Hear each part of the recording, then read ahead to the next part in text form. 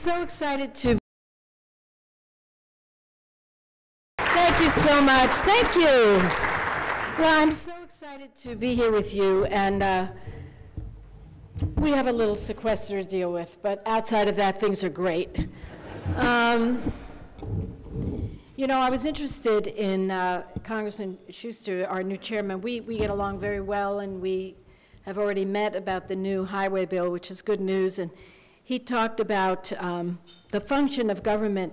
And my favorite part of the Constitution is the preamble.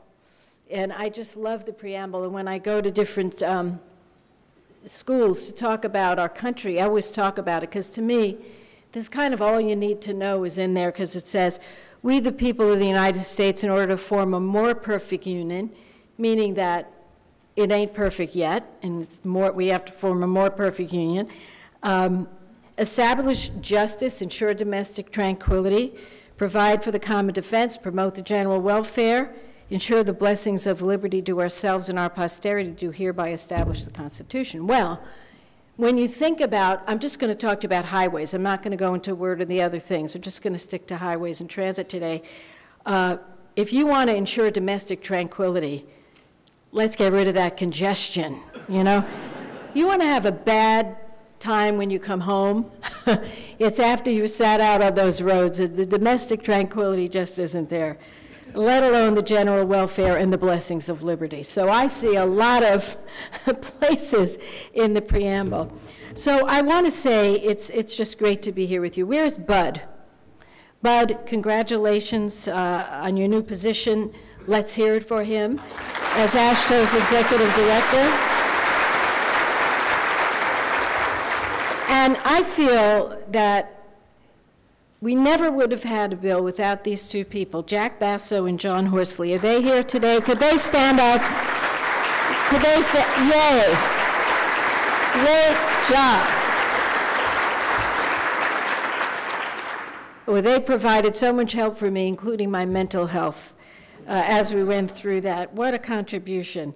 AASHTO played a critical role and tremendous leadership.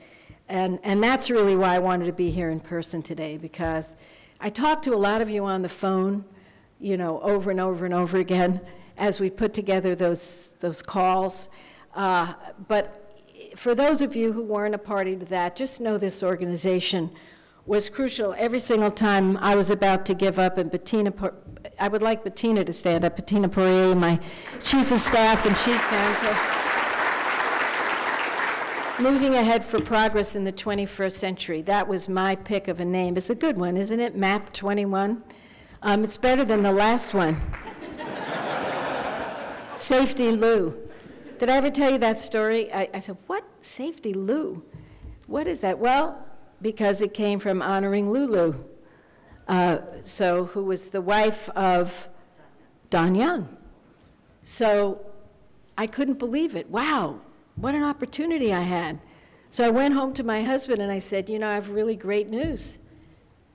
You know, when he named the bill, he named it after his wife, and I can name it after you. Safety Stew. He said, I will kill you if you do that. So we got MAP 21 instead. With your help, the bill passed the EPW committee 18-0.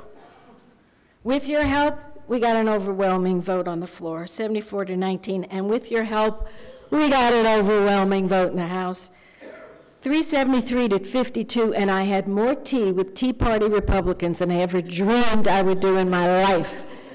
And some of them came our way.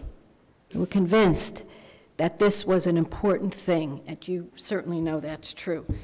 So you really, AASHTO, were my sounding board, you were my light at the end of the tunnel when things got grim. And I'll tell you, when you read a book, How a Bill Becomes a Law, it doesn't mean anything.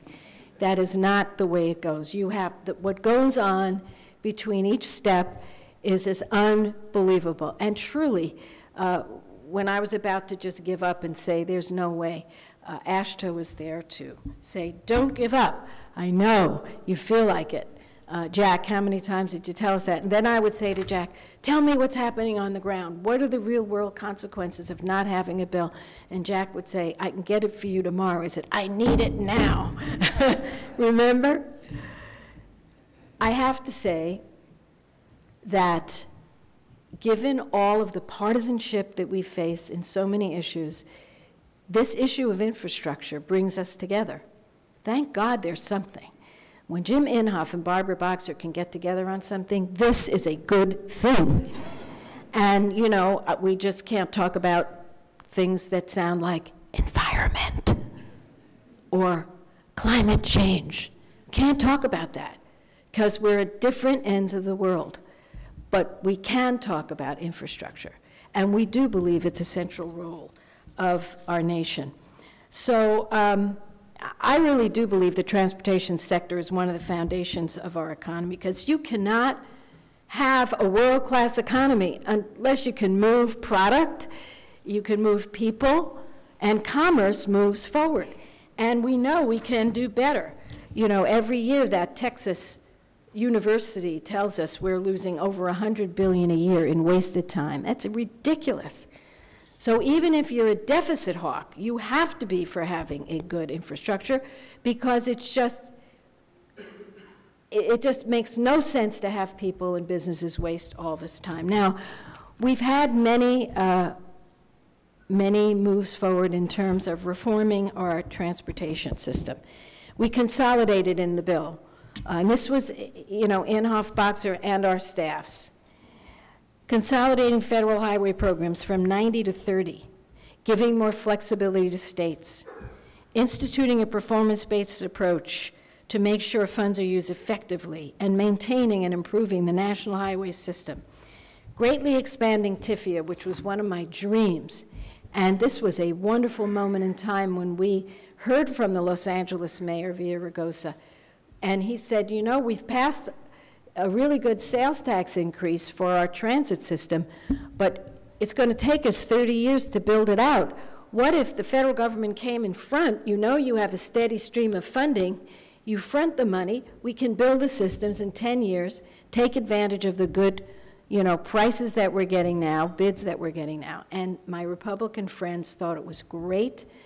John Mica, James Inhofe, Bill Schuster, and my Democratic colleagues thought it was great.